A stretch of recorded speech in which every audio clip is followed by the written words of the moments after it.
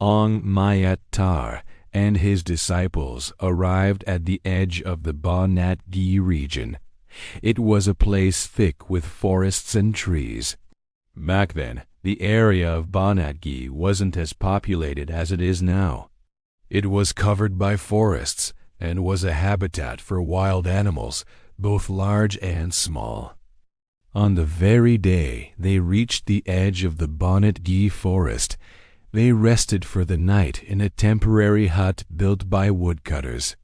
At that time, Maung Kong, one of Aung Myat Thar's disciples, came down with a severe fever.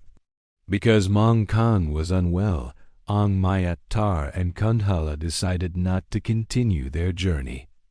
As the night deepened, Maung Kong's whole body became as hot as fire, and he shivered violently from the cold. Aung Myat Thar took some red medicinal powder from a small bronze box in his bag and put it in Maung Kong's mouth. Although the chills subsided slightly after taking the medicine, the fever worsened a few hours later. "Master," said Kanla, "his condition looks like malaria." "I think so too, Kanla," replied Aung Myat Thar.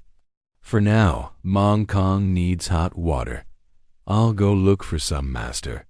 "Will you be all right, my boy?" "I'll be fine, Master." "There must be a stream somewhere around here."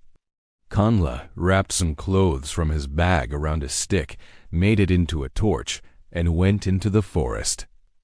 Aung Myat Thar held the feverish Maung Kong, who was leaning on him, and ceaselessly recited the virtues of the Buddha.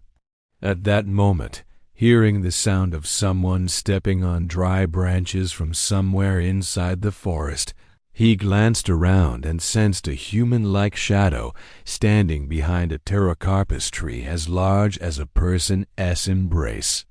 "Who's that standing behind the tree?" Aung Myat Thar called out in a firm voice. But when the person didn't move, he clicked his tongue and slapped his hand on the floor. A trembling old man wearing pale yellow clothes emerged. "Who are you? Why are you watching us in secret?" I was scared, sir." "What have you done to be so scared? Tell me, who are you?" "I am the one who has dominion over this part of the forest. I came here to help you. PH. You are a very kind-hearted old man. By the way, have you seen one of my disciples who went into the forest to find water?" "I have, sir." "I've sent one of my own disciples to guide him." The old man spoke tremblingly as he moved closer to Aung Myat Thar. "The young master has malaria. This region is harsh, and so is its malaria, sir." "You're right, old man. Even my medicine can only hold it off for a short while. Don't you worry, sirs. In this region, there is a group of healers who can cure the diseases that occur here." "Is that so? Then I must rely on you, old man." "It's my pleasure, sir. I received the loving kindness you sent when you first entered the forest. I was watching from a distance because of the guardians who are watching over your group." The old man looked at Aung Myat Thar with a smiling face, spoke, and then struck the ground 3 times with his staff.